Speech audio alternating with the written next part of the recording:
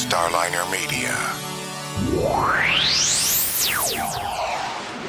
Starliner Media presents Music Night at the Majestic with your host, Michael Boswell.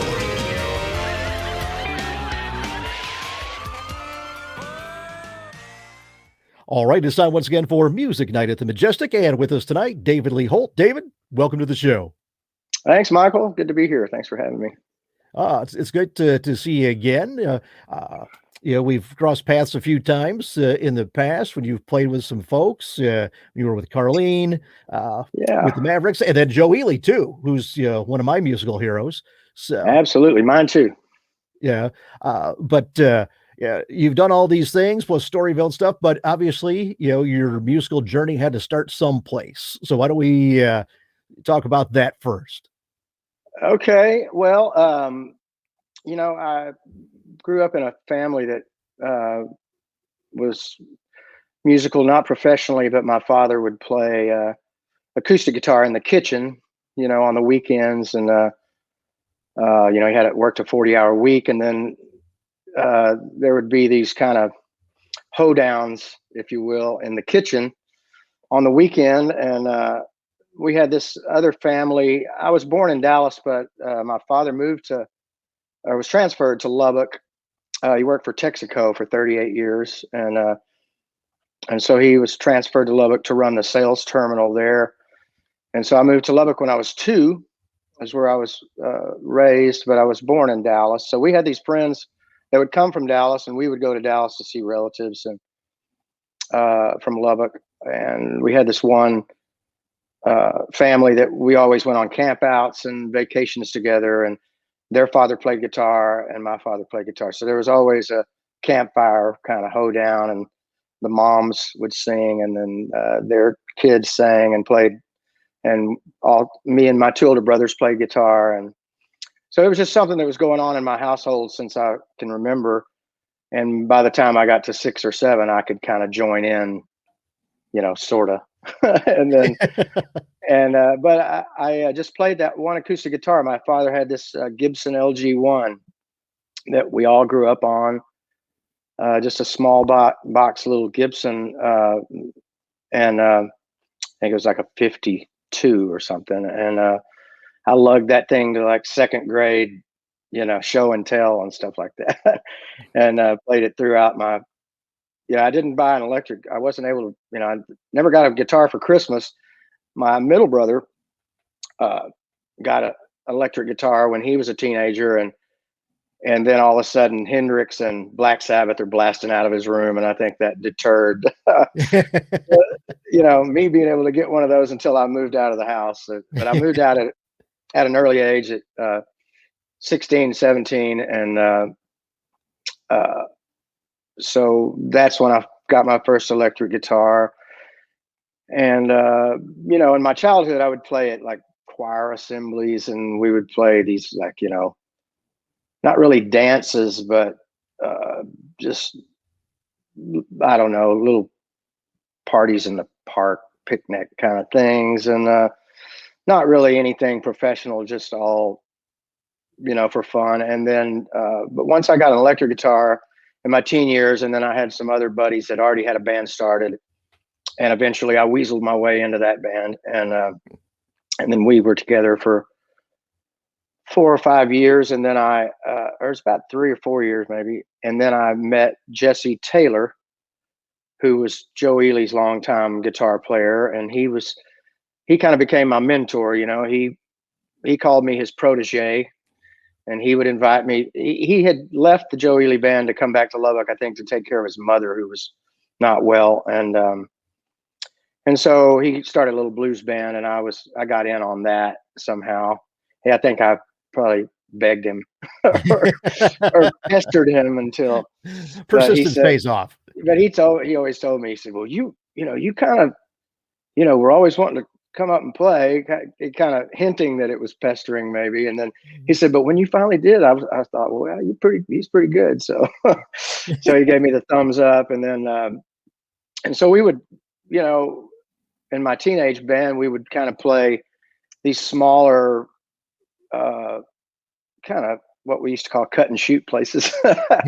And, you know, they were just kind of biker bars and stuff in New Mexico and Northwest Texas. And we couldn't hardly get work too far south from there because it was all sewn up by probably more, you know, accomplished players. But so once I got with established. Jesse, yeah, okay.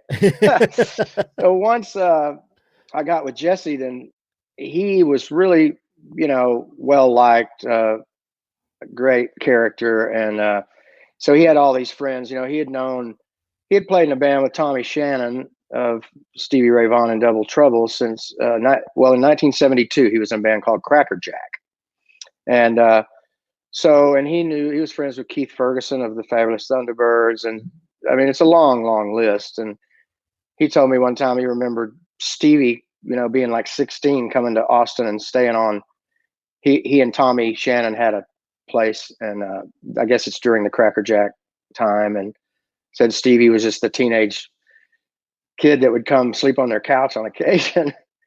And so he just knew so many folks, and so we were coming down to South Texas and playing Houston and San Antonio, and playing shows with Joe Ely.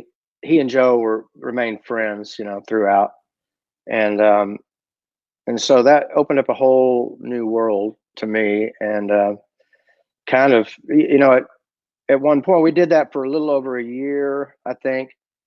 I was like 23 years old, and then he said, "Okay, I'm not gonna. I got to stay here and take care of my mom for a while." Said, "I haven't told the rest of the band that I'm gonna disband, but you need to know because you need to move to Austin, and I'll help you go there if you need help." And I was like, you know, I wasn't opposed to it, but I was kind of going, well, why should I do that? You know, at that time, Right. Little did I realize, you know, he was like, and his exact words were, "There's nothing left for you. There's nothing here for you. You need to move to Austin."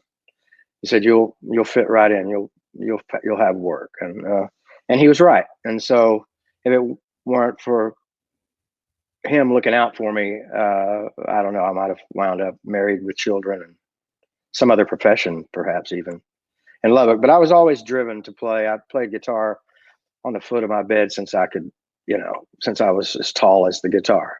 So that's when things kind of took off with Jesse, and that led to playing in Austin and with a much more accomplished, higher caliber, more established players. And you know, it was quite a learning experience, and I really enabled me to grow. And I really owe it all to Jesse Taylor and our friend David Hamilton, who kind of encouraged Jesse to get me in the band. Yeah. Tell me this. Who would you cite as your biggest influences in your playing style? Well, it would definitely be Jesse, because I was I was like a sponge at that age. And so we would play every night. And he had, you know, I found later, after kind of studying all the guys that he had studied, Lonnie Mack, Freddie King,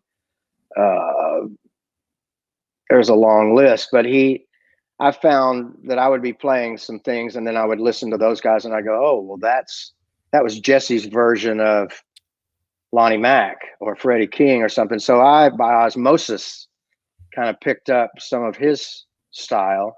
And I would definitely say that he was the most influential player because it was at a formative time. And I was, like I said, like a sponge, just soaking up everything around me. So, and I was certainly influenced by the Vaughan brothers, because I was seeing them at an early age. And Eric Johnson would come to Lubbock. He and Stevie both would come play. A lot of times it would not be a weekend, so it might be 10 or 12 people in there on a Wednesday or Thursday night. And they were just incredible. Both of those guys are, you know, world class. And I just thought, well, this is the bar, you know, everybody's as good as these guys. Little did I realize I was seeing some of the best in the world, you know? Yeah. Now tell me this, you mentioned you got your first electric. Do you still have it? No, I bought it was like I think 78 maybe. and it was a Les Paul Silverburst. The first year they came out with those that were black and silver, and I had that for about a year and a half, and then the local music store were always, tempting us kids, like, well, look at this, what we got in. And so they got this other, like, 25th anniversary Les Paul that had a beautiful flame maple quilted top. And it, they said, well, we'll trade you the Silverburst back. We can sell that. And this is what we'll get for that. And this is what the remainder will be. And all that stuff. So I traded it. And then I had that guitar. But I'd started to, because when that band that young band, we would play Johnny Winter and ZZ Top songs. We wrote some songs, but they were, never recorded or anything. But we were really a cover band, and so we were playing kind of biker rock, And so I had a Les Paul and a Marshall, and then I moved to Austin, and everybody's got a Stratocaster and a Fender Twin Reverb. And so, and hearing guys like Jimmy Vaughan and Anson Funderburg, some of these guys, Anson was from Dallas, just incredible stylistic guitar players with a clean guitar tone. They weren't relying on the, I was really into Jimi Hendrix and, Eric Clapton, a lot of those, and the Rolling Stones, and all the blues based guys. And but once I started hearing those Jimmy Vaughan get that tone with a Stratocaster and a Twin Reverb, I was like knocked out by how beautiful that sounded without a lot of enhancement. It was so raw and natural. So I traded that Les Paul straight across for like probably a $500 Telecaster that, I probably lost several $1,000s there. Right when I got to town, they saw me coming. And then I traded a great old, I think 1970 50-watt Marshall for a Twin Reverb, and they were happy to do it for me. Yeah, we'll do that. We'll trade you. We'll even give you a Coke. Yeah, here's a Coke too. Yeah, exactly. So I did that, and then I was off and running in the more roots music thing. So, like I said, I was into Jimi Hendrix and Cream, Eric Clapton, and Led Zeppelin, and Rolling Stones, and all this more blues-based rock. And then I started going, through Jesse's influence, started to seek out the origins of those guys' influence. Tell me this, David, were you a big record collector? No, I never was. We had, I was the youngest brother of three. So everything I had was a hand-me-down, So if, I would get, Hang On Sloopy, the 45, after it was completely looked like it had been in a hailstorm or something like that, and they had, Beatles records and all the right stuff, but I only got them after they were like discarded by my older brothers. And so it was just like, can't wait till they get tired of that Rolling Stones record that I want to hear. And it was like, boy, if you got caught in their room snatching the record, there was a hell to pay. Yeah. So I didn't really. I had friends that had records, and we all hung out. And the guys that I was in the teenage band, it was their band already, so they were kind of dictating the set list, and it was all stuff that was good stuff and new to me. We were playing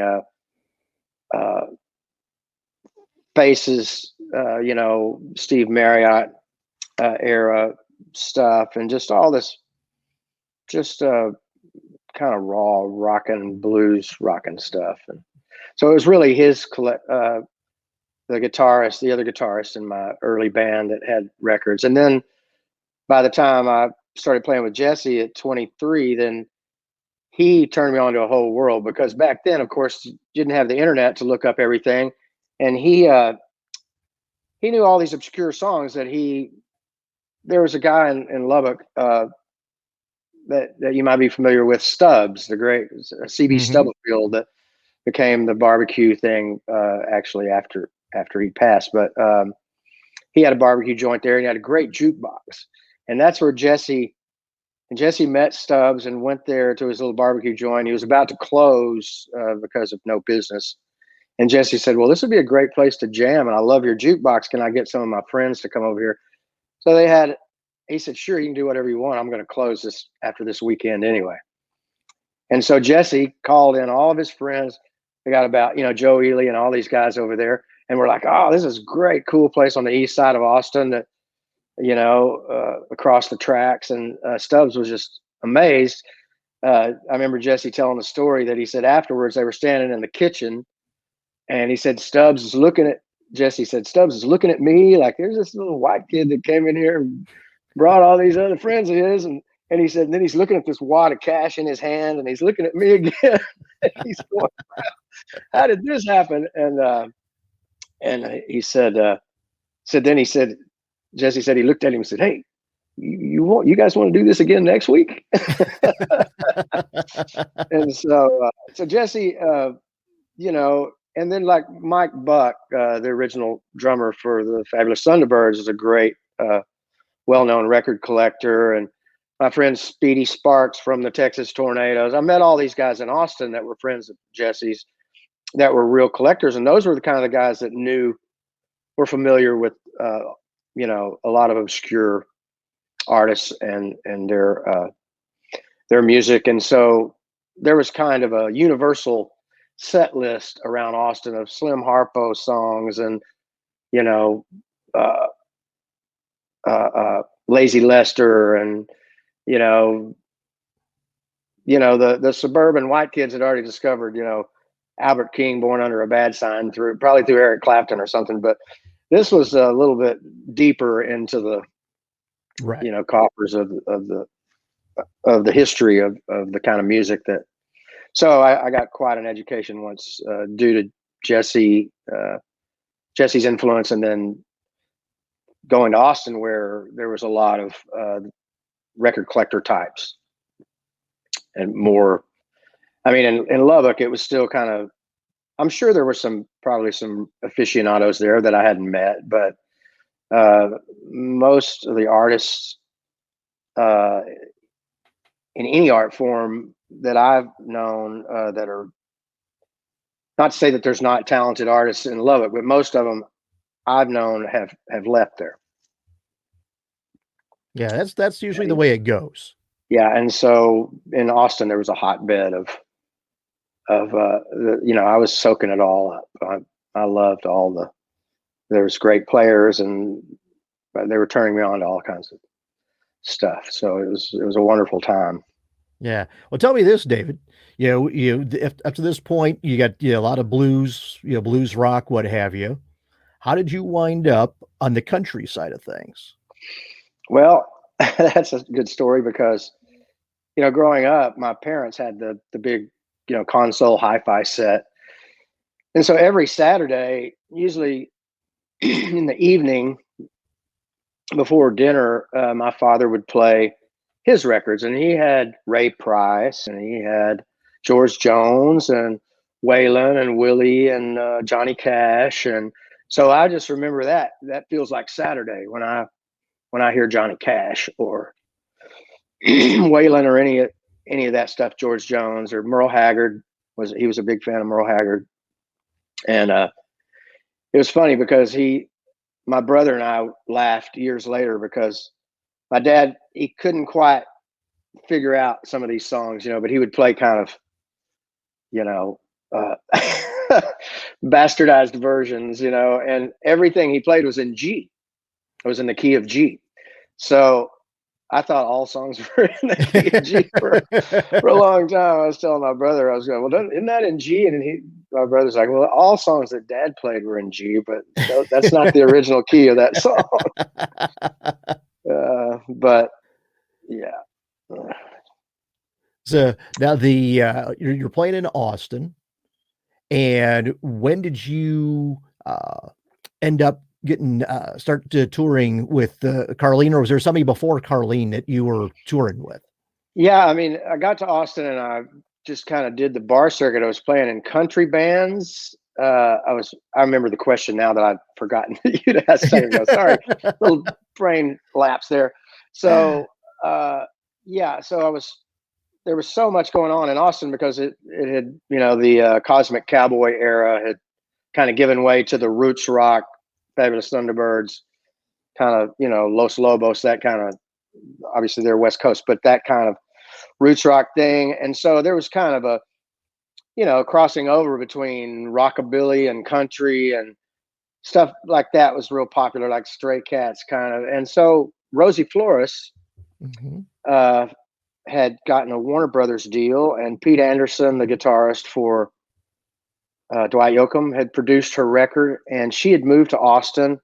And so I started playing with her in like 88 or so. So I had about 4 years in Austin where I was playing at country places some nights, and just, I would say, yeah, I can do that, because I sort of could. I hadn't developed all those styles, but I'd grown up listening to all that stuff, and I had a little, somewhat of an ear, so I could kind of make my way. And so I would play at these old places, the Broken Spoke and this Raven's Garage place that, anyway, all these country joints and the blues joints and the rock and roll joints. It was just like all mashed together.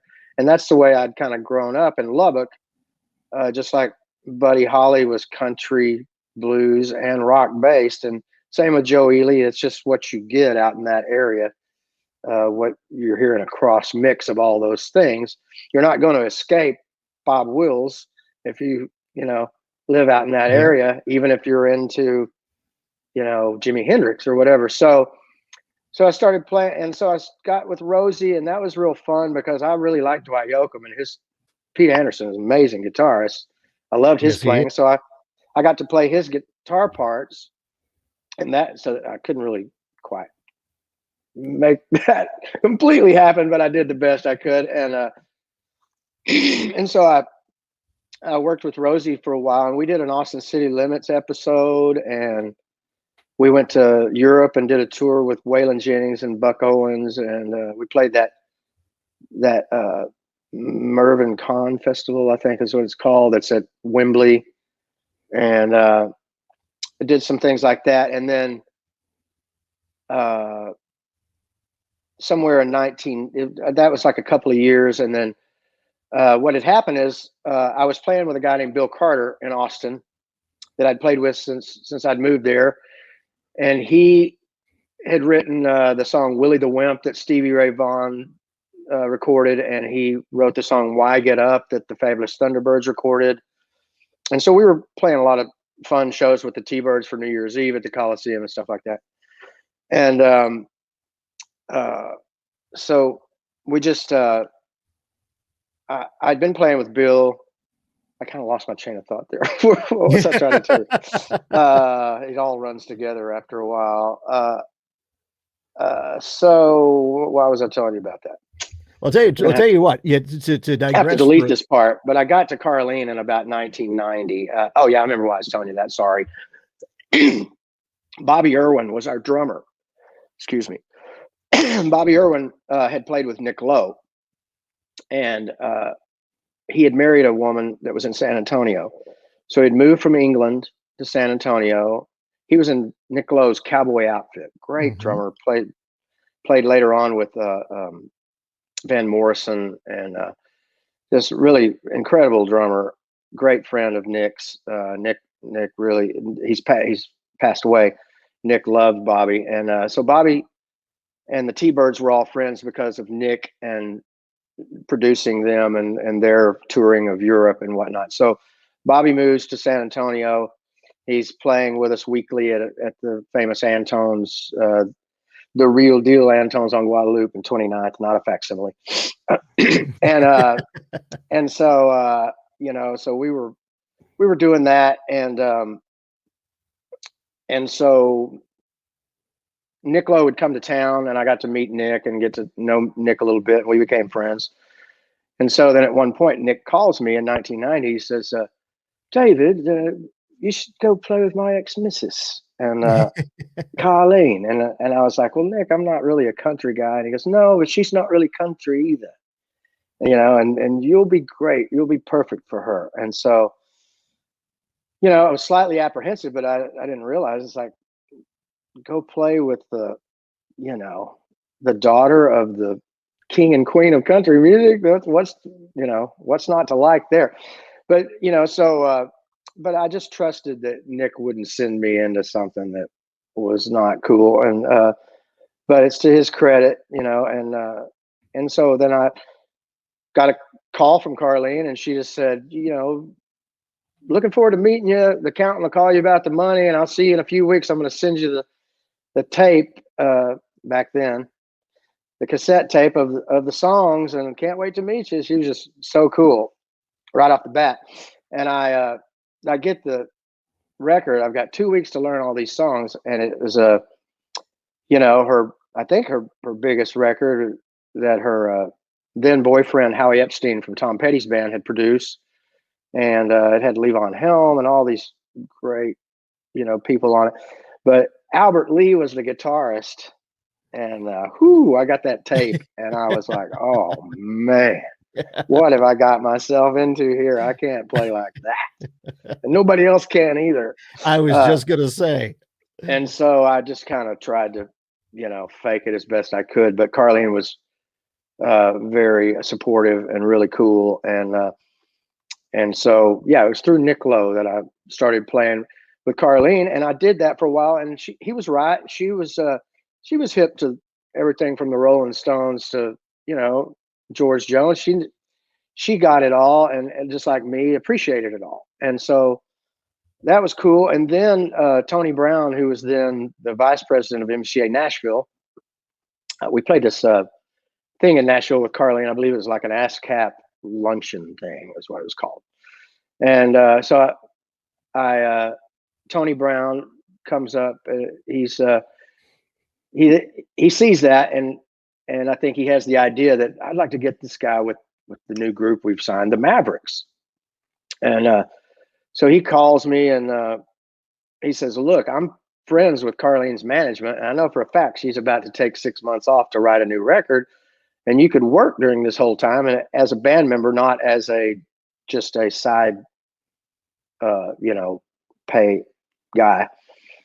And then I was kind of, like you said, I was going, well, I'm not really a country guy, I learned Pete Anderson's parts and faked it through that. I learned some Albert Lee parts and faked my way through that. And but I embraced the challenge, and so I flew down to Miami and started. So I kind of got off on this, into this detour, I guess, that I wasn't expecting or couldn't see coming. And but it was all, I wouldn't change anything. It was great. And then I was seeing my friends rock out and Joe Ely shows, and I really wanted to get back to that, even though I loved Raul's voice, and the Mavericks were really cool guys, but I was just not, I wasn't to the age of where I could appreciate Roy Orbison over Jimi Hendrix yet.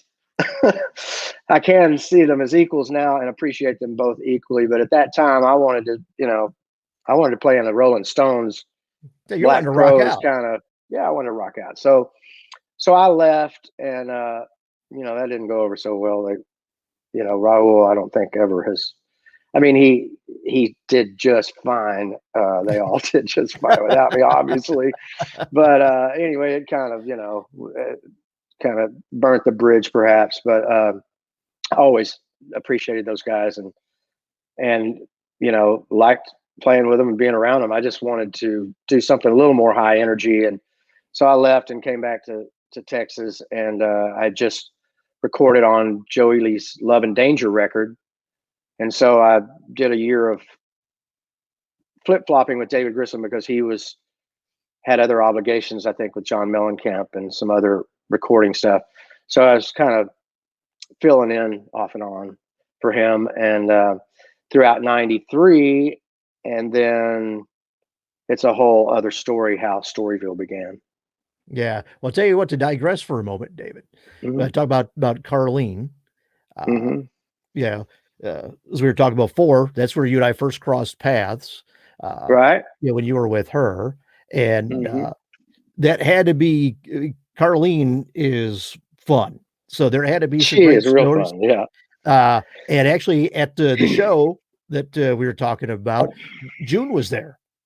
So having her around had to pretty much double the fun, if not quadruple it. I'm guessing there had to be a story or two with Carlene and June together. Yeah, I had a great photo, and I for some reason somehow lost it, or maybe it's somewhere in a book somewhere or something. Or but it was of June and I on the bus, and a great photo. I cherish that photo. I'm not sure whatever happened to it, but she would come out and ride with us, and so I would be the last one awake sometimes on the bus. It'd be like 2:30 in the morning or something, and I'd just be kind of staring at the TV, and June would go, you got the insomnia, don't you, David?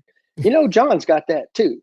And she go, well, you want to play some cards? And she would stay up and play cards with me, and she was just so cool to all of us, but she was really really sweet and kind to me. And it was always funny, Carlene would say, well, mom's coming out, but first she's going to see Bobby, talking about Robert Duvall, that they're buddies, and so anyway, yeah, June was a really, really cool, sweet person. Yeah, I'll tell you, very fortunate to have spent the little bit of time I was able to with her. Yeah, I was going to say the first time Carlene was on my old show, we got to talking, and it was funny because it was the first time I'd ever talked to somebody who either intentionally or unintentionally, spent more time promoting somebody else's record than her own. Because she's kind like that. This was when Run C&W's first album had just come out, and she was just so effusive, raving about it. Oh, and she's like, "You got to get this! You got to get this!" And we're going through it, and I agreed with her 100% because I love that. Probably good advice, yeah. But it was funny. It's like, well, Carlene, maybe we should get back to talking about your stuff. Oh yeah, but make sure you. But you wound up, you said with Joe Ely. Yeah. Now, how did you come to play with Joe?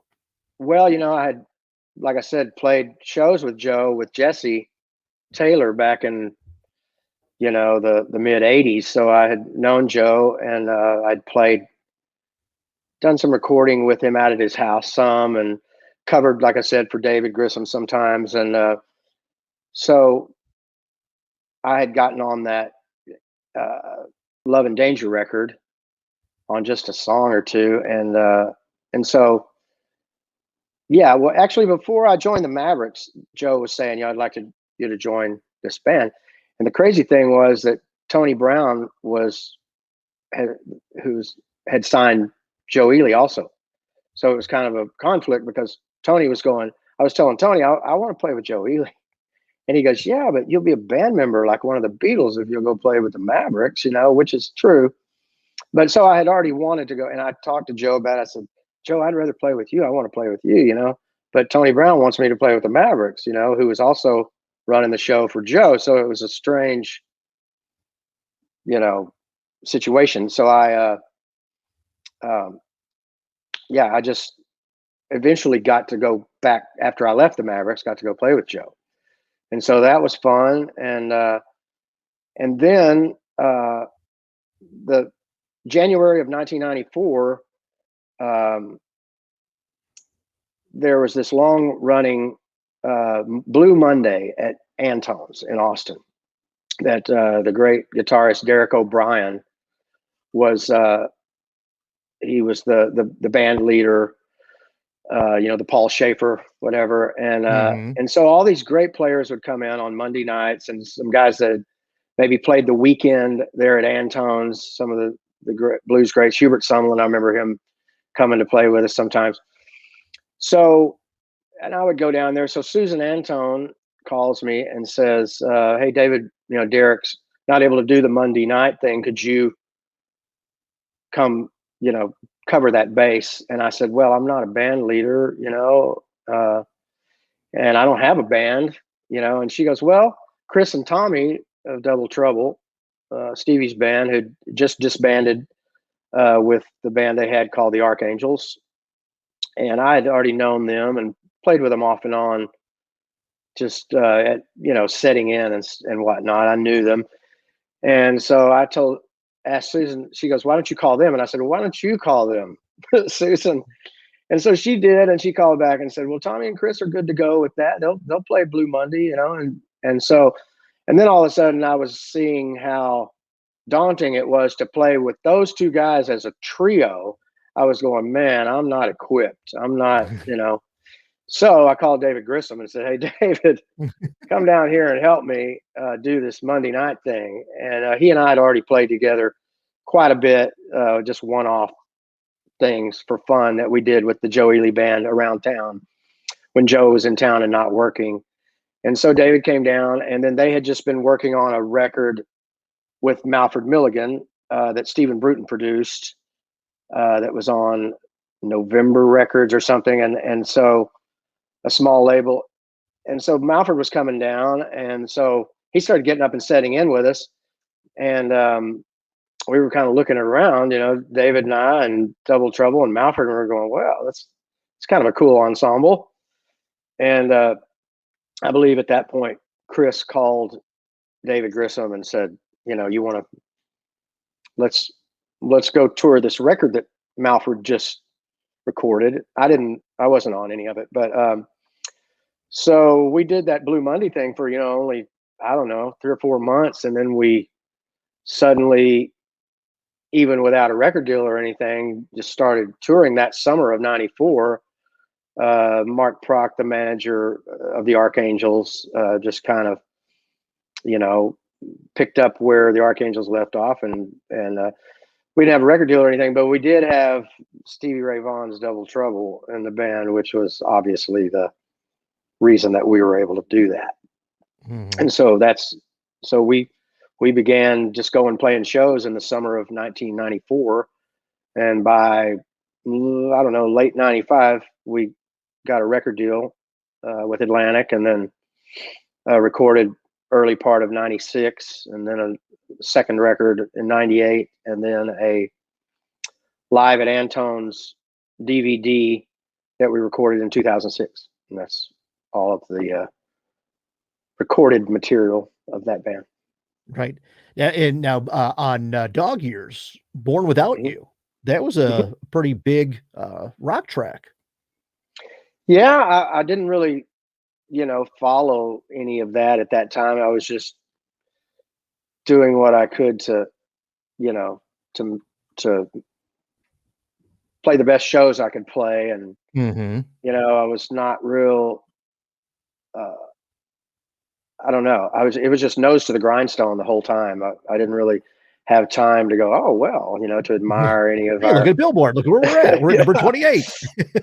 But yeah, I just knew that the shows weren't necessarily getting bigger or more crowded or anything. So I didn't really, know that we were having any kind of mm-hmm. success. It was hard to tell. We were kind of able to plug right in, like I said, through favors in the industry of people that Mark Prock knew through the Vaughans and the Eric Clapton or B.B. King camps, and then of course Double Trouble was obviously well known. So that was right. What was enabling us to kind of get up and running so quickly. Yeah. Well, now after Storyville, you put out Perpetual Motion, which mm-hmm. I think is one of the lost treasures of that era. Right. And yeah, now on that album, there was the second track, Walk on the Moon Again. Mm-hmm. How radio missed that song, I do not know. Well, I was kind of hoping they would have played that, but well, what happened was, and I don't know if you can blame it all on this, lack of promotion. That seems to be the obvious trite way to go. But the small label was just a one guy out of Houston that had this little label that put that out. And he had, hired publicity. Everything it wasn't an in-house record company deal like the majors. He hired a publicist on the side. He hired, all of the proponents that are needed. But at one point, it was this, it doesn't even matter to say their name, but they were in this company out of publicity company out of, I think, San Marcos or something. So Lloyd Maines, who played with Joe Ely for years, I knew him from Lubbock. His daughter is, of course, Natalie Maines of the Dixie Chicks. And Lloyd is a producer, and he produces a lot of local records, small label, small budget things. And this publicity company had several of his projects. And at one point he called me and said, "Hey, David, I got a couple of boxes of your CDs here. I should just bring them to you." And I was like, "What do you mean? Where did they come from?" And he said, "Well, that company that ran that record label, that publicity company that record label hired, they folded, and we kind of went to their offices and found all of the publicity copies that had been sent to them that had never been sent to any radio station or any, in other words, they had been getting paid and they didn't do anything they were supposed to do." So it never had a chance because it was never publicized, because the publicity company failed and dropped the ball, and on a dozen other acts too. And so Lloyd came by and brought me a couple of boxes of those CDs. And he said, "I think these are copies that they were supposed to ship to radio and all of the, things they were supposed to do. And we found them all intact." Oh. So I don't know if that, if who knows, if it would have been publicized, maybe it would have worked, maybe not. Who knows? I'm proud of the record either way as we speak. So, that's all I can do when I finish a project, or a song or recording. I just want to be happy with it myself. Yeah. Well, and after that, it's out of your hands anyway. Right. So, yeah. But I had high hopes for that, but oh well. Right. Well, I'll tell you, the opening track, "Till the Wheels Fall Off," great riff on that one. Well, and thanks. then another track, "Searching Under Stone," Storyville did a version of as well. Right. So. Yeah, I wanted to be able to sing and play that song. I had sang, and of course I wasn't going to sing it, when you've got such a powerful frontman vocalist, so any song. So it was just my chance to get to do my rendition of, of your song. Like, it wasn't a hit, but like, Chris Christopherson still, he likes to sing "Me and Bobby McGee," maybe, even though he didn't make it famous. That's a different, that's not really a good analogy but anyway, yeah, but I wanted to sing that song. I always liked that song. So I put it on there. Yeah. Yeah. Well, tell me this, what upcoming projects are you working on, if you could say? Well, my girlfriend has worked for 20 years in the film business. She's an accountant, actually, location to a lot of location shoots. And so she knows a lot of folks in the post-production world of film. And so she was listening to some songs I'd written that I had demos of, and she goes, "You should record that and let me submit it for some of these films. I think I can." And she was showing me the budget for some of that stuff, and I went, "Well, yeah, I believe I wouldn't mind getting in on some of that." And I know it's a long shot, though. There's a lot of people in line ahead of you, but so she goes, "Well, why don't you come out here?"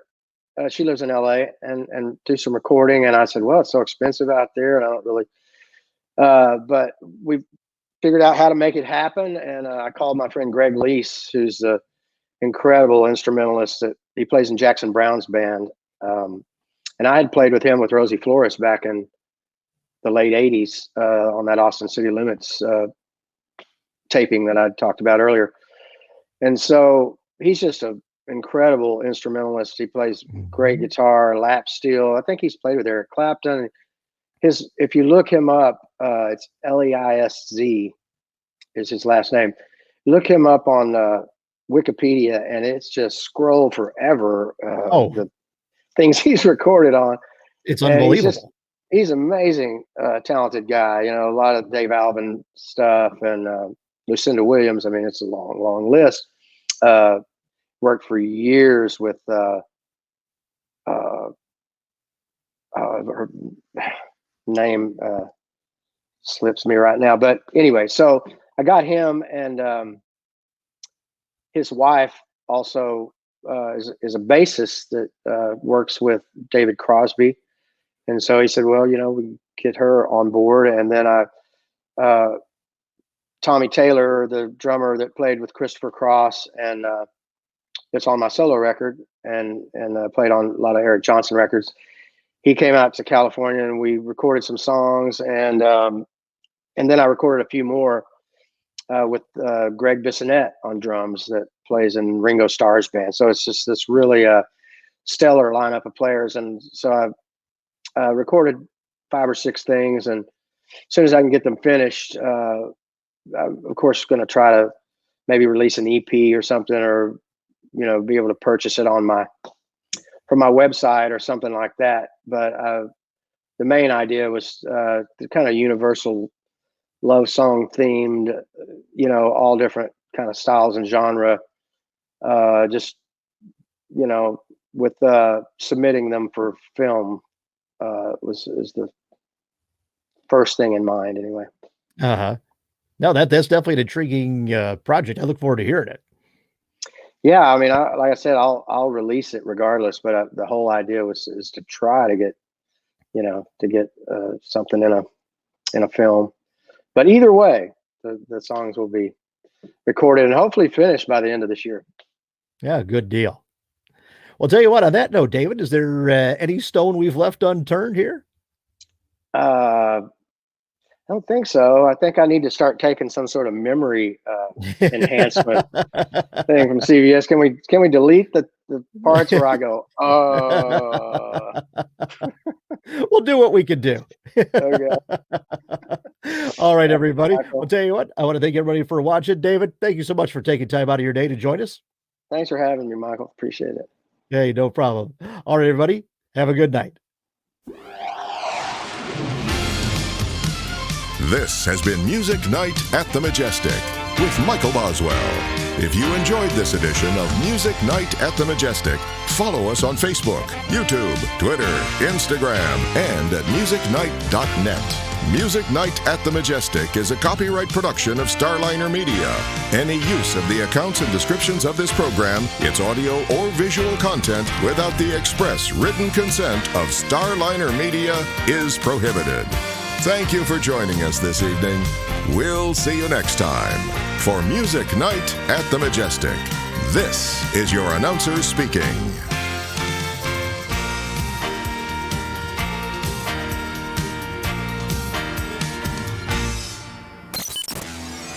Starliner Media.